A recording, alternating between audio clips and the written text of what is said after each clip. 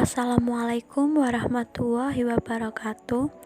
Kami dari kelompok 6 akan mempresentasikan materi tentang perkembangan bahasa dan sosio-emosional pada masa remaja dengan nama anggota Hoyrul Ismi Anisha, Korita Oktavia Siregar, dan Wildan Nabin. Selamat menikmati. Di sini saya akan menjelaskan apa pengertian dari bahasa remaja.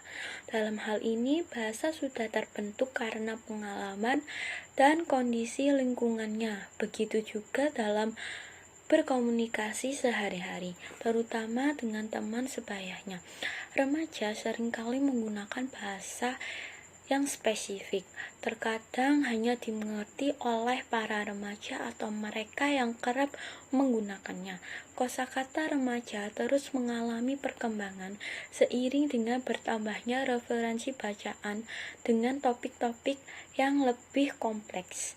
Remaja ingin diakui sebagai individu yang unik, yang memiliki identitas sendiri yang terlepas dari dunia anak-anak maupun dewasa. Pengaruh lingkungan yang berbeda antara keluarga, masyarakat, dan sekolah dalam perkembangan bahasa akan menyebabkan perbedaan antara anak yang satu dengan yang lain. Remaja cenderung bergaul dengan sesamanya, yaitu remaja usia sekolah. Dari pergaulan dengan teman sebayanya ini, kemudian timbul gaya atau pola bahasa yang mereka gunakan sebagai sarana dalam proses untuk menyampaikan atau bersosialisasi.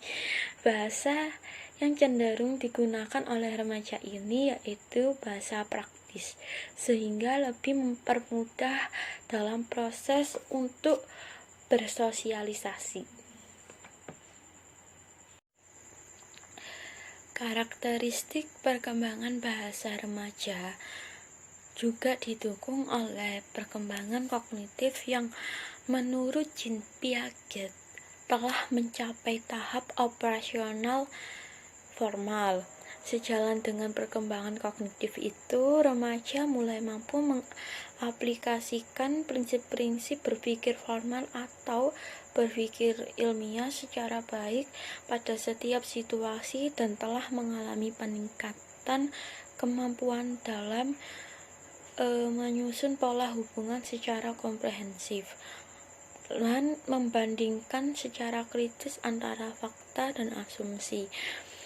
Dalam hal itu, sejalan dengan perkembangan psikis remaja yang tengah berada fase pencarian jati diri, maka ada tahapan kemampuan berbahasa pada remaja yang berbeda dari tahap-tahap sebelumnya atau sesudahnya yang kadang-kadang menyimpan dari norma umum, seperti munculnya istilah-istilah khusus di kalangan remaja. Karakteristik psikologis khas remaja itu seringkali mendorong remaja membangun dan memiliki bahasa yang relatif berbeda dan bahkan khas untuk kalangan remaja sendiri. Sampai-sampai tidak jarang orang di luar kalangan remaja itu juga kesulitan untuk memahaminya. Tipe perkembangan bahasa remaja dibagi dua, yaitu tipe referensial dan tipe ekspresi.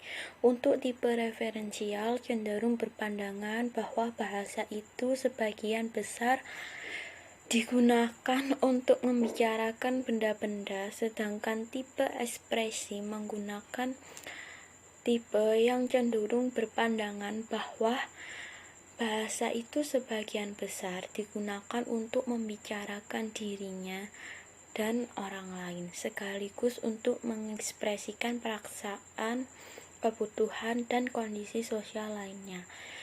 Remaja yang bertipe referensial cenderung mampu mengatakan benda-benda dalam bentuk kalimat dengan menggunakan label-label, sedangkan anak yang bertipe ekspresif cenderung mampu mengatakan dalam bentuk kalimat dengan menggunakan frase-frase sosial. Di sini saya akan menerangkan tentang perkembangan bahasa pada masa remaja. Yang pertama ada faktor kognisi. Faktor kognisi, tinggi rendahnya kognisi individu itu akan mempengaruhi cepat lambatnya perkembangan bahasa individu. Yang kedua ada faktor pola komunikasi dalam keluarga. Karena keluarga ini merupakan suatu komponen yang berpengaruh besar dalam perkembangan seseorang.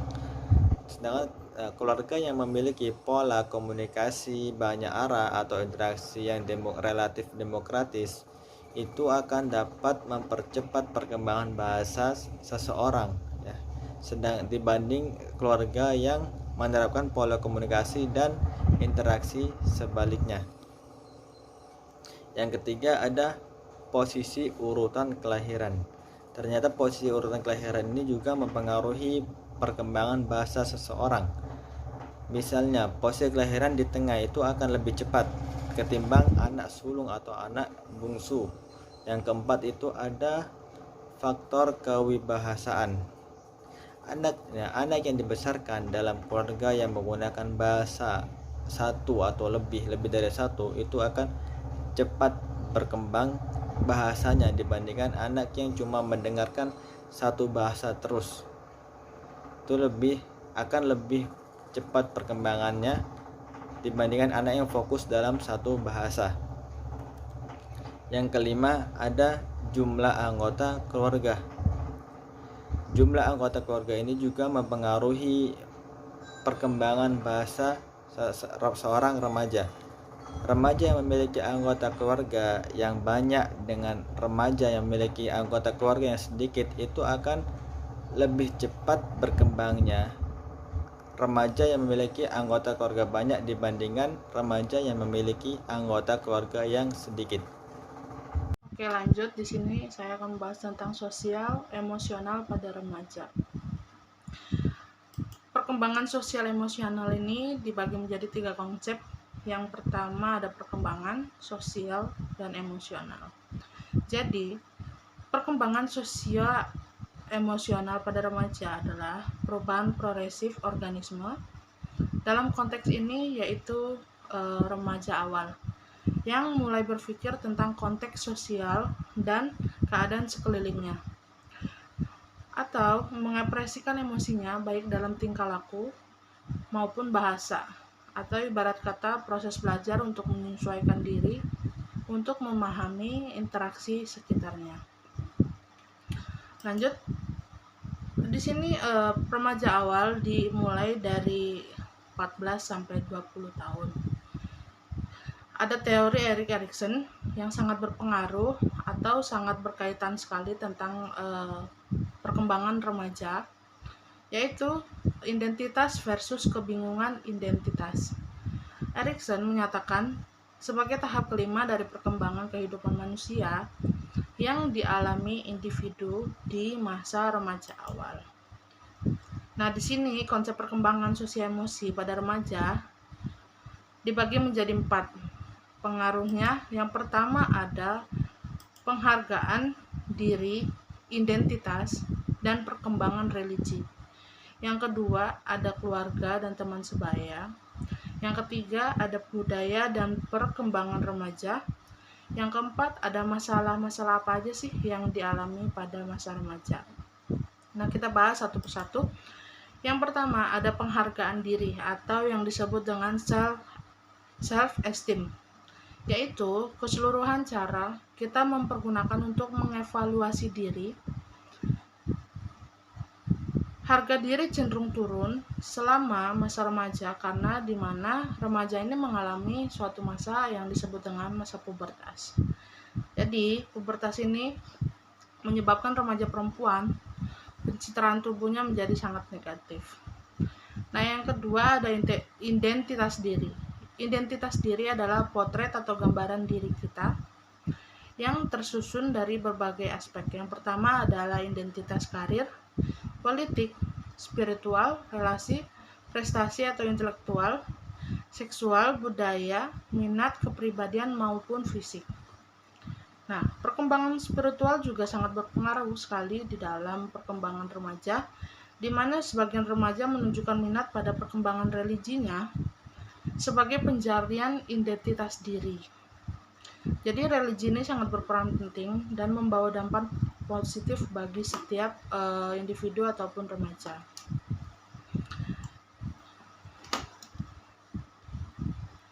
Nah, keluarga ini sangat berpengaruh di dalam perkembangan masa sosial emosi. Yang pertama ada pengawasan orang tua. Pengawasan orang tua ini sangat penting sekali dalam mengawasi perkembangan remaja. Pengawasan ini mencakup tentang setting sosial, aktivitas, sahabat, dan usaha akademis, keterbukaan remaja terhadap penyesuaian positif remaja. Yang kedua ada otonomi dan kelekatan. Orang tua itu banyak mengalami masa sulit ketika mendorong otonomi pada remajanya. Memang ini merupakan ciri utama dalam perkembangan remaja. Karena remaja itu sangat susah sekali untuk terbuka. Jadi di sini orang tua sangat penting sekali untuk memproses kelekatan orang tua. Bagaimana cara orang tua untuk sesering mungkin untuk mendekatkan diri terhadap anaknya, yang sangat memiliki fungsi penting dalam meningkatkan remaja secara sosial. Terus yang ketiga ada konflik orang tua versus remaja. Konflik antara orang tua dan anak cenderung lebih meningkat di masa remaja, baik konflik kecil maupun besar. Konflik ini dapat menekankan bahwa orang tua berfungsi sebagai tokoh kelekatan dan sistem pendukung penting ketika remaja melakukan eksplorasi di dalam dunia sosial yang lebih luas. Yang selanjutnya, kawan sebaya.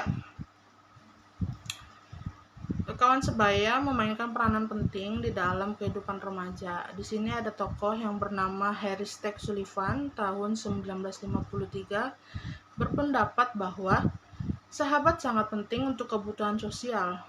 Kebutuhan sosial akan meningkat di masa remaja awal jika remaja gagal untuk membangun persahabatan yang akrab. Nah, maka remaja tersebut akan mengalami kesepian dan penghayatan akan martabat dirinya akan cenderung menurun. Banyak remaja menghabiskan waktu untuk berpikir pacaran sebagai suatu bentuk relasi atau sumber status untuk berpikir atau menemukan relasi yang akrab. Karena ada banyak beberapa remaja lebih canggung untuk mendekatkan diri terhadap keluarga. Mungkin mereka lebih nyaman untuk cerita, untuk curhat ke teman sebaya. Nah, lanjut kita akan bahas tentang perbandingan antar budaya. Nah, di sini terdapat persamaan dan perbedaan pada remaja di berbagai budaya dengan perkembangan teknologi.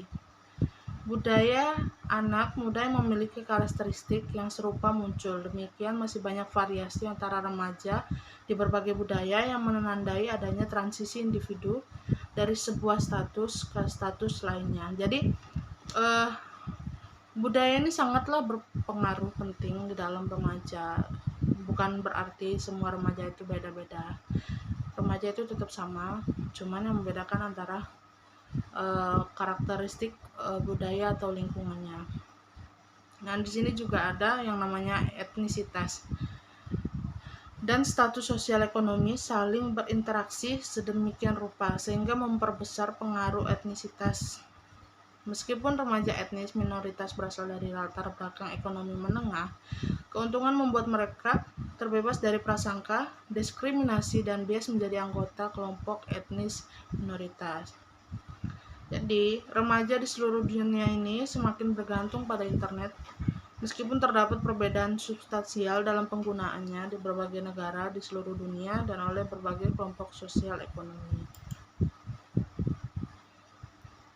Nah, masa remaja itu adalah fase terbaik di dalam kehidupan seseorang. Pada fase ini, anak akan lebih sering membawa banyak keceriaan, antusias, kesenangan, dan kegembiraan. Masa remaja adalah waktu yang penuh dengan kebingungan. Makanya tadi ada yang disebut dengan teori Erik Erikson, kebingungan dan mencari identitas. Nah, berikut masalah-masalah apa aja sih yang terjadi dalam masalah remaja. Yang pertama ada kenakalan remaja, yang kedua depresi atau bunuh diri, yang ketiga intervensi yang berhasil. Nah, apa sih yang disebut dengan kenakalan remaja? Remaja yang nakal adalah remaja yang melakukan pelanggaran hukum. Nah, kenakalan remaja ini dapat disebabkan oleh hereditas, masalah identitas, pengaruh komunitas, dan pengalaman di dalam keluarga. Beberapa karakteristik dari sistem dukungan keluarga juga berkaitan dengan kenakalan remaja. Orang tua dari remaja-remaja yang terlibat dalam kenakalan ini kurang mampu mengurangi perilaku antisosial dan mengembangkan sejumlah keterampilan dibandingkan dengan orang tua lainnya. Pengawasan dari orang tua terhadap remaja adalah hal yang paling penting untuk menentukan apakah seorang remaja akan terlibat di dalam kenakalan atau tidak. Nah, berikut contoh kenakalan di masa-masa remaja. Ini contoh konflik kecilnya saja ya. Yang pertama berkelahi, keluyuran, bolos sekolah, pergi dari rumah tanpa pamit, berkendara tanpa SIM, mengambil barang orang tua tanpa izin, menonton video porno, mabuk-mabukan, tawuran, balapan, penyalahgunaan obat-obatan terlarang, hubungan seks bebas, pencurian, pemerkosaan, pembunuhan, dan masih banyak lagi. Nah,